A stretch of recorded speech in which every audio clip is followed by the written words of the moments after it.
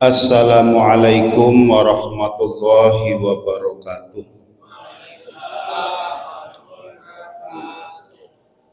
Innal hamdalillah nahmaduhu wa nasta'inuhu wa nastaghfiruh wa na'udzu billahi min sururi anfusina wa min sayyiati a'malina.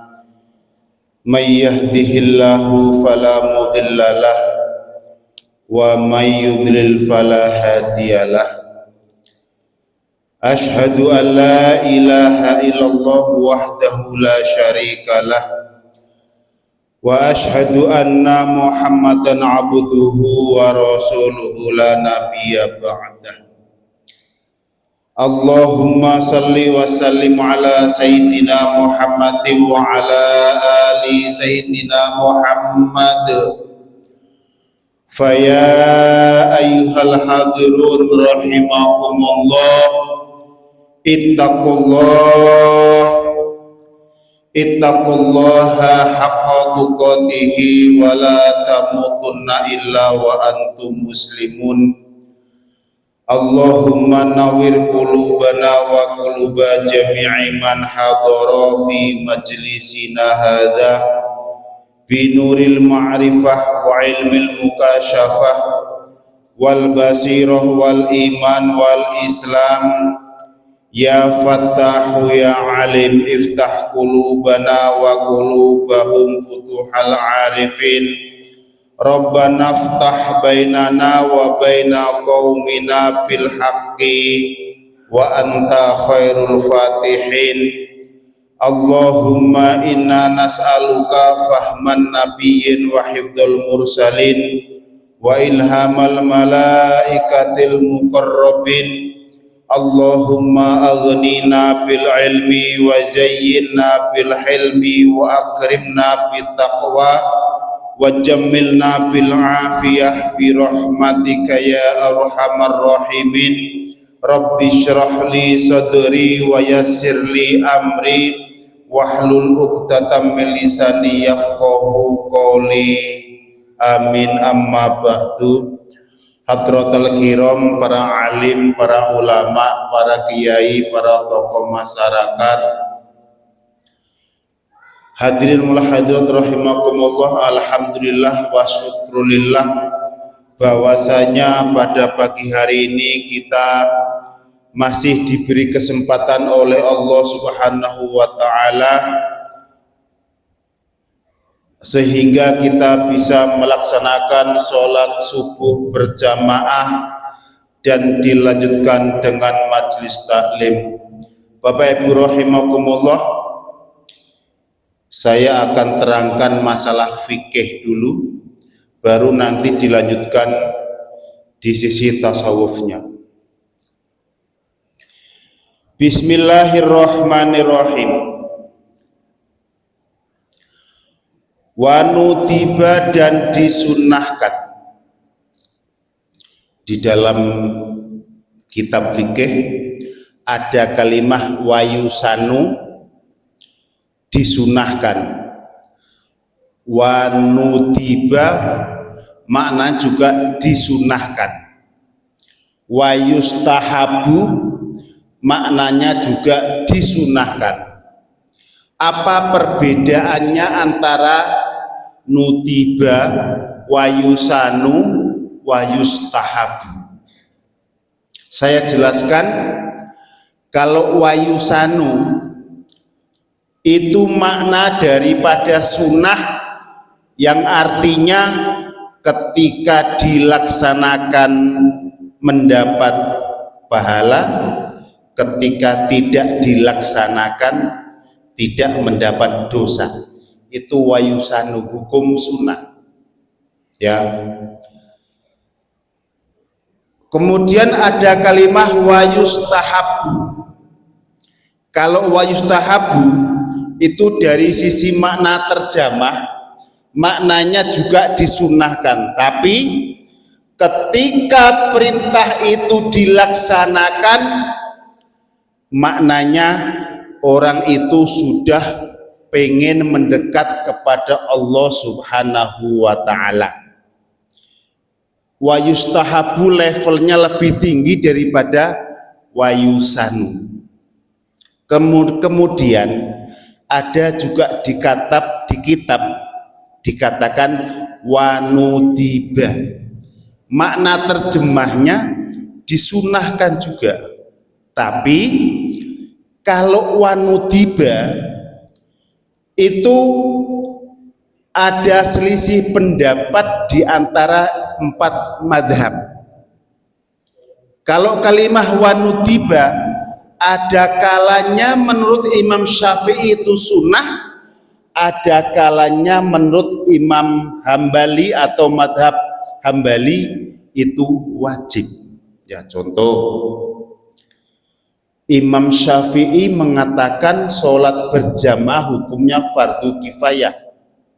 Padahal kalau kita ngajinya katam di kitab Al-Umnya Imam Syafi'i itu yang fardu kifayah itu hanya untuk orang-orang yang berkenaan udzur syar'i. Contoh, orang sedang kerja di pom bensin atau di Alfamart, itu ketika dengar suara adzan dia kena hukum sholat jamaah fardu kifayah, ya. Atau orang yang ketiduran nggak dengar suara adzan itu juga fardu kifayah. Tapi menurut Imam Syafi'i, bagi orang yang ada waktu tapi tidak sholat jamaah di masjid itu hukumnya wajib atau fardu. Kenapa? Karena Bapak Ibu, sholat itu secara undang-undang prosedur agama, setiap bacaan rukun qauli wajib benar dalam pengucapannya. Ya, baca Fatihah, alhamdulillahi rabbil alamin. Haknya keliru hak, alhamdulillahi rabbil alamin, batal sholatnya. Karena apa? Itu rukun qauli. Ya, itu makanya ketika kita tidak bisa benar secara ilmu tajwid dalam membaca Al-Fatihah, ketika sholat sendiri sholatnya tidak sah. Agar sah seperti apa? Ikutlah berjamaah, nyari aman dengan imam. Ketika kita sholat jamaah, mau benar atau salah bacaan itu, karena kurangnya ilmu pasti sah sholatnya. Mau khusyuk mau tidak pasti sah sholatnya. Ini menurut Imam Syafi'i. Menurut Imam Hambali, Ahmad bin Hambal, mutlak wajib sholat jamaah. Bahkan dikatakan di kitabnya Ahmad bin Hambal, jamaah adalah menjadi syarat sahnya sholat fardu 5 waktu. Ya, karena apa? Di dalam sholat berjamaah di situ ada sisi syiarnya. Coba aja tengok hari Minggu orang non Muslim ke gereja berbondong-bondong, penuh tuh gereja. Ini yang ngakunya Islam, ngakunya umat Muhammad, umat Rasulullah, pengennya masuk surga. Keturunan kiai bukan, keturunan ulama bukan, keturunan nabi bukan. Sholat kok sendiri di rumah. Padahal kalau ditahsin bacaan Al-Qur'annya masih gelepotan. Itu makanya karena susahnya mempelajari ilmu Al-Qur'an, Imam Hambali, ya wis, kamu kalau mau aman sholatlah berjamaah di masjid. Ini orang banyak yang terjebak nih. Terjebak dalilnya Ustadz yang mengatakan hukumnya sholat jamaah fardu kifayah. Akhirnya apa? Wong fardu kifayah kok Yang penting orang lain suruh jamaah, aku nggak jamaah, tidak apa-apa. Makanya saya katakan, kalau ada ustadz dalil hukumnya sholat jamaah fardu kifayah, terus dia tidak menjelaskan untuk siapakah hukum fardu kifayah, dosa dia. Gara-gara dia mengatakan fardu kifayah, masjid segede ini di luar bulan puasa hanya satu shaf saja yang sholat. Sementara masjid ini dibangun dengan duit ratusan juta. Untuk apa ini dibangun? Hanya menjadi tanda-tanda akhir kiamat. Karena kata Rasulullah, nanti di akhir kiamat orang bangun masjid megah-megahan, cantik, dipoles masjidnya, tapi isinya yang sholat hanya satu shaf, dua shaf. Ini karena Ramadan aja, agak lumayan shafnya ya. Begitu juga di dalam masalah puasa, wanudiba wayu jabu, dan diwajibkan indal Ahmad, menurut Imam Ahmad bin Hambal. Apa yang diwajibkan? Imsakun, menahan diri. Perhatikan, 5 ridin bagi orang yang sakit, syafiin yang sudah sembuh, wa musafirin, dan bagi orang musafir, qaddama asna'an nahari, yang sudah sampai di pertengahan hari, wa haidin, dan bagi orang haid, toharot, yang sudah suci. Siapa perempuan yang haid? Asna'ahu, di pertengahan siang. Apa yang diwajibkan? Imsakun, menahan diri. Saya jelaskan. Apabila ibu-ibu haid, orang haid kan tidak boleh puasa, boleh makan. Tapi ketika ibu-ibu suci di pertengahan hari, setelah suci itu diwajibkan menahan diri, tidak boleh makan, tidak boleh bersenang-senang sama suaminya, walaupun tidak puasa. Untuk apa? Ikroman, ya, li syahri Ramadan, untuk menghormati sucinya bulan Ramadan. Jadi ibu-ibu kalau haid di pertengahan hari suci, habis suci sudah enggak keluar lagi, ibu merebus indomie 2, telurnya 4, atau bikin ayam penyet, dosa itu. Karena diharuskan menahan diri. Asyamu huwa al-imsakun, maknanya puasa itu menahan diri. Menahan dari apa? Dari hal-hal yang bisa membatalkan puasa, menahan dari hal-hal yang bisa menghabiskan atau menghilangkan pahala berpuasa. Itu maknanya imsak.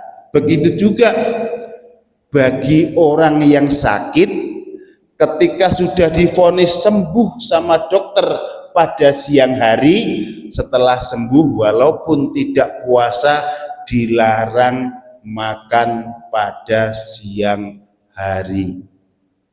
Ini hukum, jangan dilanggar ya. Kemudian walil musafirin, bagi orang yang musafir walaupun dia enggak puasa, padahal kalau sanggup berpuasa khairul lakum, itu lebih bagus.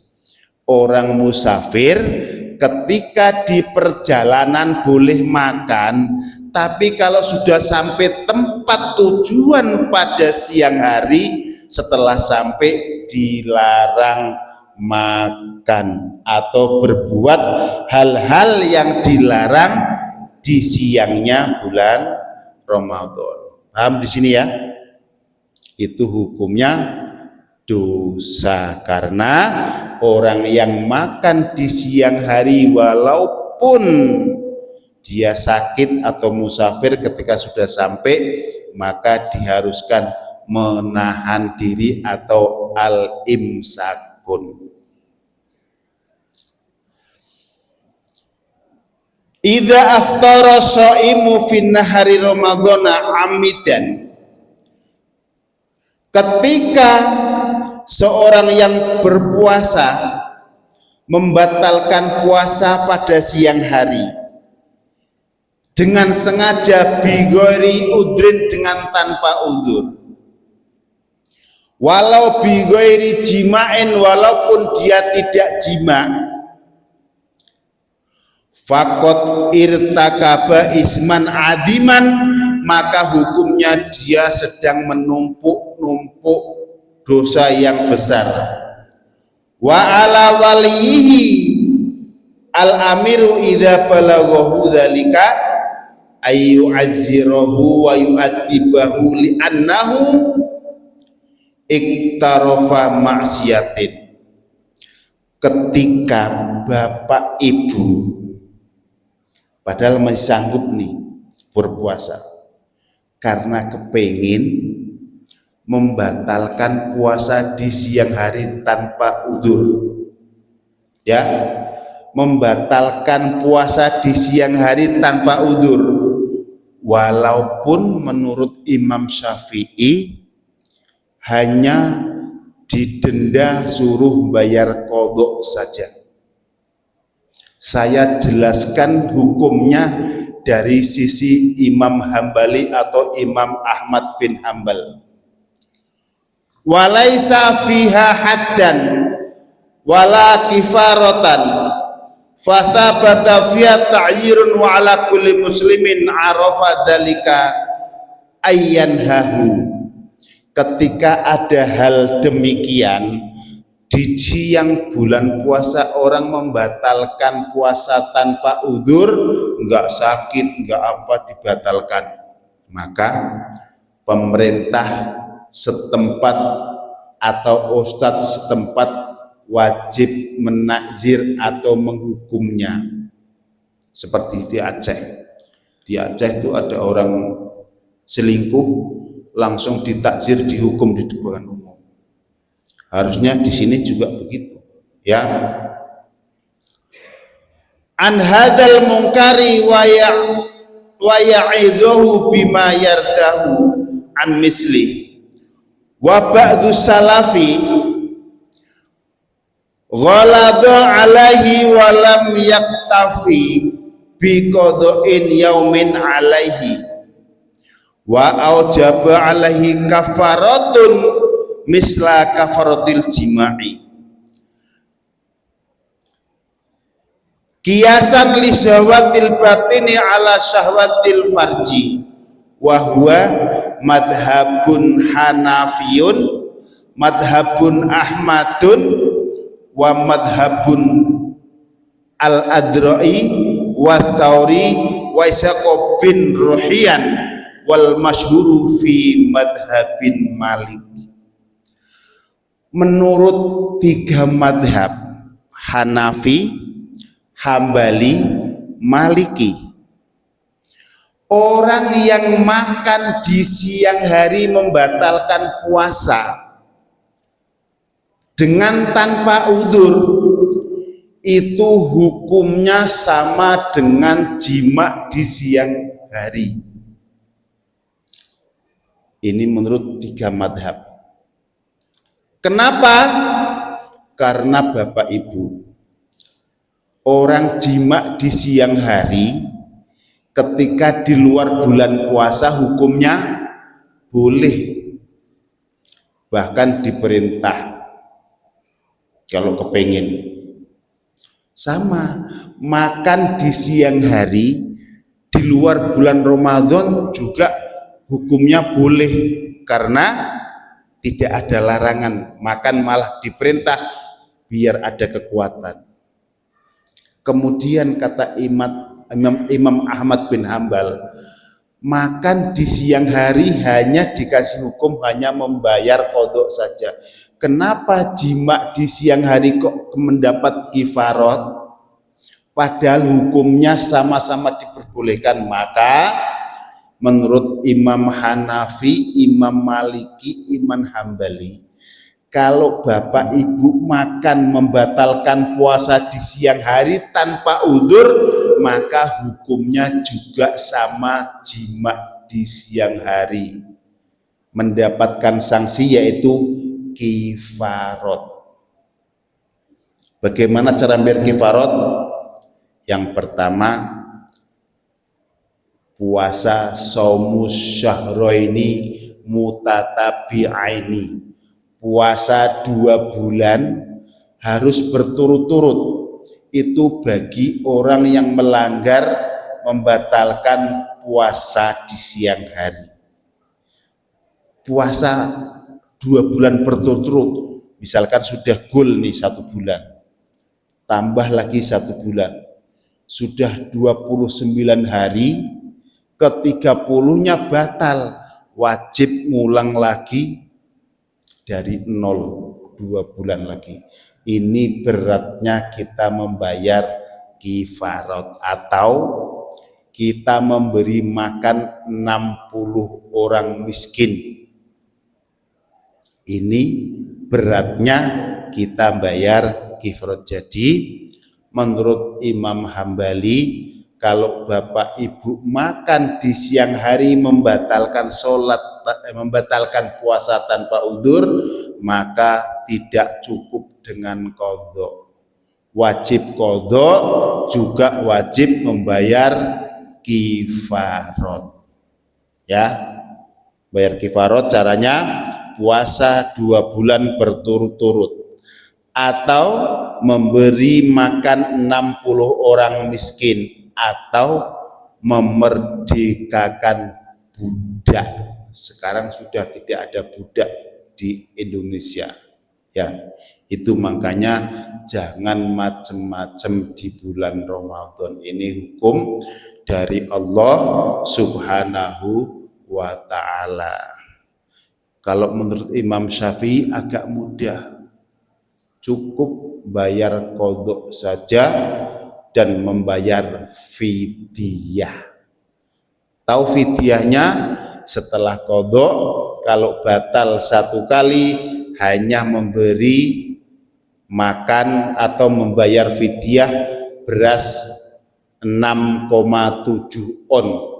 Di dalam kitab ditulis 1 mud. 1 mud itu kalau kiloan Indonesia 6,7 on beras. Itu caranya membayar fidyah. Sama ibu-ibu hamil yang tidak bisa melaksanakan puasa karena takut bermasalah dengan kehamilannya, maka harus membayar fidyah.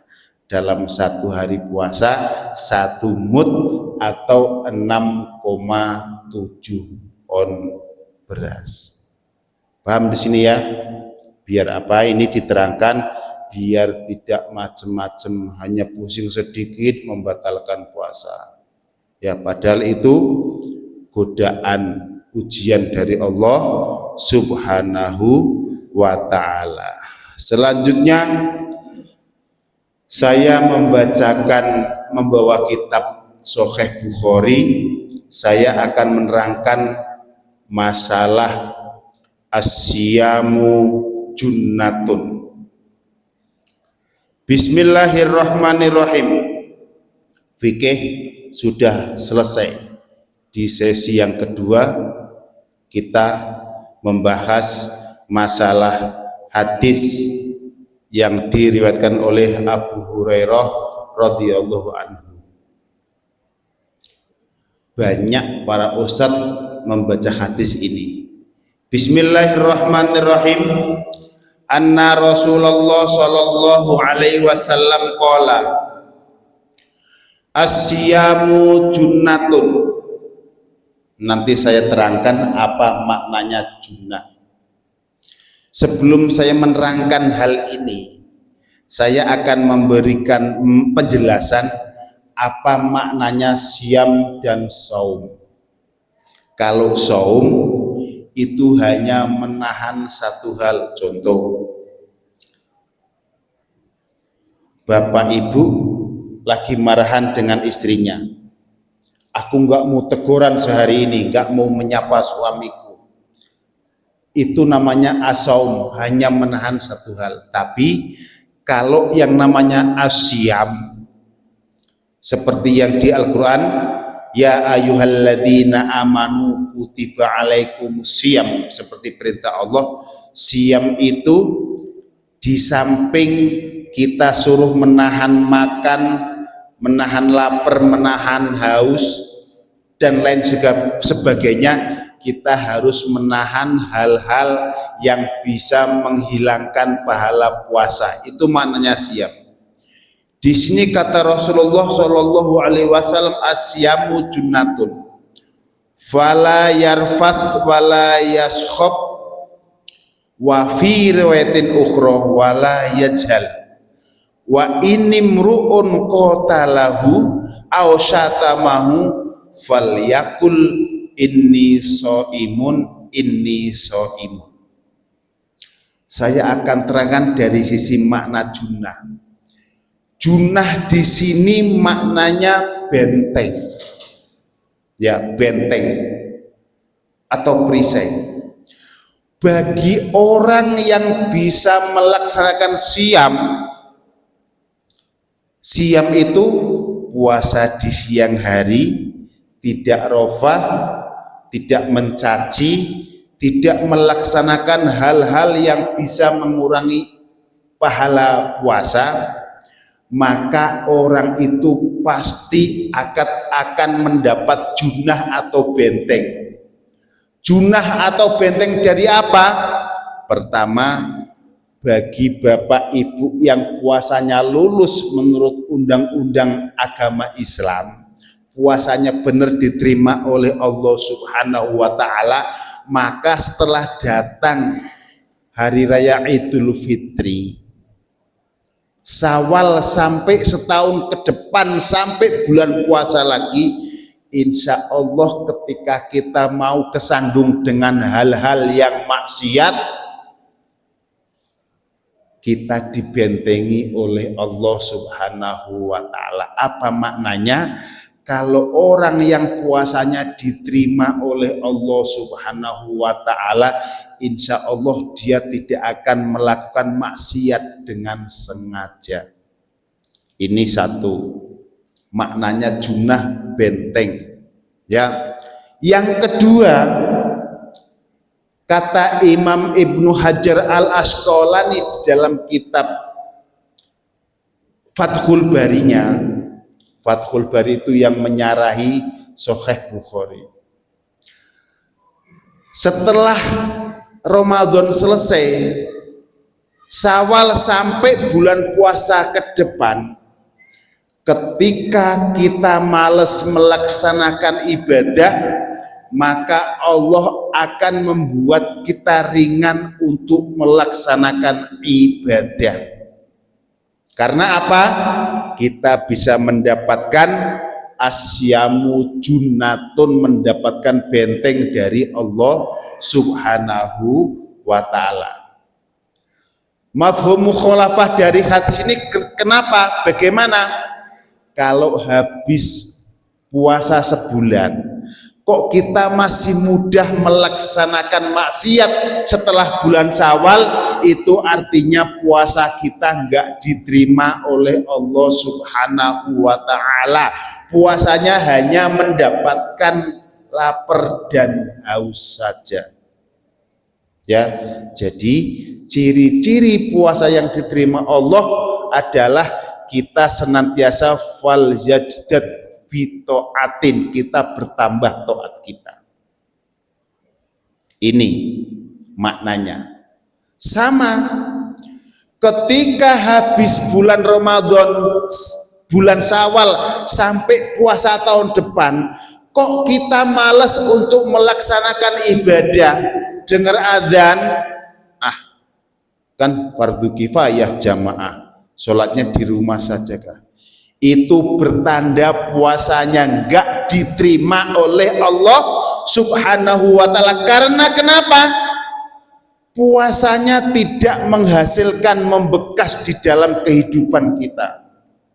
Puasa ya puasa, tapi habis puasa masih saja males melaksanakan taat. Padahal sholat jamaah di masjid hukumnya wajib. Ingat yang sering saya katakan, bapak-bapak mempunyai tanggung jawab 4 di rumah tangga bapak-bapak.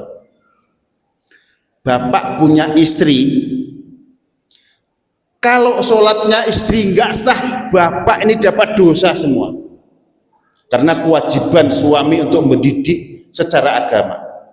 Bapak punya anak perempuan, sholatnya anak bapak yang perempuan sebelum dia nikah salah, dosa bapak. Bapak punya adik perempuan, yang ketiga, sholat adik bapak itu salah, dosa bapak dapat.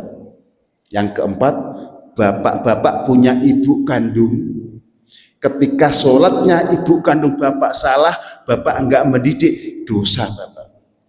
Solusinya gimana? Ketika bapak-bapak semua sholat jamaah di masjid dan sholatnya dijamin benar oleh Allah Subhanahu wa ta'ala, maka 4 hal ini bebas. Meskipun sholat dia salah tetap diterima. Itu pentingnya sholat berjamaah, bisa mengcover keabsahan sholatnya 4 orang di rumah bapak ibu semua. Itu makanya ibu-ibu, kalau suaminya nggak mau sholat jamaah di masjid, suruh pakai daster, jangan pakai celana. Bang, yang sholat di rumah itu wanita bang. Laki-laki harus ke masjid, wajib hukumnya menurut Imam bin Hambal. Ya. Yang ketiga, junah membentengi dari apa? Ketika kita sudah sanggup berpuasa sesuai prosedur undang-undang agama, kata Imam Ibnu Hajar Al-Asqalani, ya, kita akan dibentengi hasrotan fi ma'isyatihi. Ketika bisnis kita akan merugi setelah Syawal sampai tahun depan puasa lagi, maka Allah akan memberi taufik membilangin, hei, ini proyek jangan kau ambil, karena proyek ini akan merugikan dirimu sehingga usahamu akan bangkrut. Ini kata Imam Ibnu Hajar Al-Asqalani. Kalau puasa kita benar-benar siap dilaksanakan, insya Allah bisnis kita dari setelah Syawal sampai bulan Ramadan tahun depan untung dan untung terus. Ya, alhamdulillah ini sudah saya laksanakan. Setiap tahun nambah aset kita. Karena apa? Kita sudah dibentengin oleh Allah Subhanahu wa ta'ala dari kerugian di bisnis kita atau di pekerjaan kita. Ini untungnya kita yang berpuasa benar-benar. Itu makanya Bapak Ibu, di dalam puasa ini kita benar-benar mengendalikan nafsu kita. Saya sering diomongin orang, Pak Joko itu ya wajarlah dia tiap tahun nambah toko, tiap tahun ganti mobil. Wong dia ustadz, sekali ceramah 500.000. Saya ketawa saja. Padahal ibu-ibu, selagi yang nyuruh ngaji orang masjid, insya Allah saya tidak akan ngambil amplop. Yang nyuruh ngaji orang perumahan, ibu-ibu perwiridan, insya Allah saya tidak akan ngambil amplop. Saya hanya ambil kalau yang nyuruh ceramah orang pemerintahan seperti kantor pajak dan lain sebagainya. Karena kata orang kantor, ini sudah dianggarkan Bapak, kalau enggak diambil nanti dimakan setan juga. Yang menganggarkan pemerintah itu baru saya ambil. Karena apa? Ada sebuah hadis, Ketika engkau handle urusan Allah Subhanahu wa ta'ala dengan ikhlas pure dalam rangka menyiarkan agama Islam, maka Allah pasti akan menghandle urusan duniamu. Masa hanya amplop 300.000 hingga hilang pahala saya yang segede emas, segede gunung Uhud? Kan bongak itu. Saya ngisi kajian ikhlas, balasan dari Allah emas segede gunung Uhud kok hanya ditukar dengan cekereme 300.000. Gak ada apa-apanya Bapak. Itu makanya kalau orang sudah makrifat, kalau dakwah ya dakwah, bukan bekerja nyari untung lewat dakwah. Dan ini prinsip saya. Alhamdulillah setiap tahun aset saya bertambah, walaupun hanya punya usaha kecil-kecilan. Itu makanya Bapak Ibu ya, rezeki kita tiap hari itu sudah dijamin Allah Subhanahu wa ta'ala, sudah dijamin. Jadi jangan kita mangkrah-mangkrah, apalah mangkrah-mangkrah bahasa Indonesia. Jangan kita nyabet kiri kanan untuk mencari penghasilan untuk kasih makan anak-anak kita. Rezeki anak kita sudah ada dari Allah Subhanahu wa ta'ala. Tugas kita hanya bekerja dengan baik. Kalau bapak-bapak jadi pegawai, jadilah pegawai yang baik, kerja di kantor dengan baik. Ketika bapak-bapak kerja di kantor sambil ngopi, nggak jelas kerjanya, padahal yang buat gaji bapak ibu duit pajak rakyat, haram gaji bapak. Kalau bapak jadi guru, jadilah guru yang baik, bimbing itu muridnya dengan baik. Kalau tidak baik, berarti gajinya subhat. Ya, kalau kita jadi pedagang, jadilah pedagang yang baik. Bikin perdagangannya berkualitas. Ini misalkan hari ini jualan bakso, kok kurang laku ya. Malam tahajud, siangnya kita belajar lagi. Entah dari mana belajarnya, atau ketik di internet cara membuat bakso yang enak dan lezat agar orang puas makan jualan kita. Begitu caranya.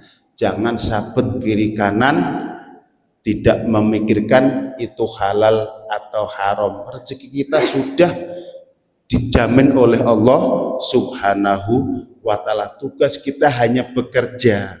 Bekerja ini bukan dalam rangka mencari rezeki. Bekerja ini kata Imam Ghazali dalam rangka melaksanakan tugas hidup.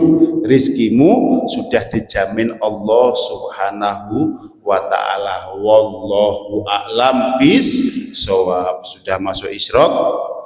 Ingat, setelah subuh sholat dan ngaji sampai Isyraq, sholat suruk 2 rakaat, jangan bubar sebelum sholat, karena pahalanya orang yang sholat Isyraq itu seperti pahalanya haji dan umroh tamatan dengan sempurna. Jadi bukan berarti nggak wajib haji, bukan.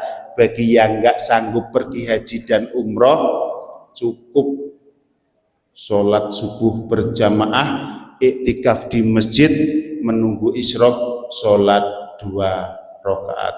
Mungkin sekian saja kajian pada pagi hari ini. Kita bertemu di bulan Syawal karena jatah saya di sini hanya 1 bulan sekali. Dari saya, apabila ada kata-kata yang kurang berkenan, minta maaf dari Bapak Ibu semuanya. Wallahu a'lam bishawab. Saya tutup kajian pada pagi hari ini dengan doa kafaratul majlis. Subhanakallahumma wa bihamdika asyhadu an la ilaha illa anta astaghfiruka wa atubu ilaik. Wassalamualaikum warahmatullahi wabarakatuh.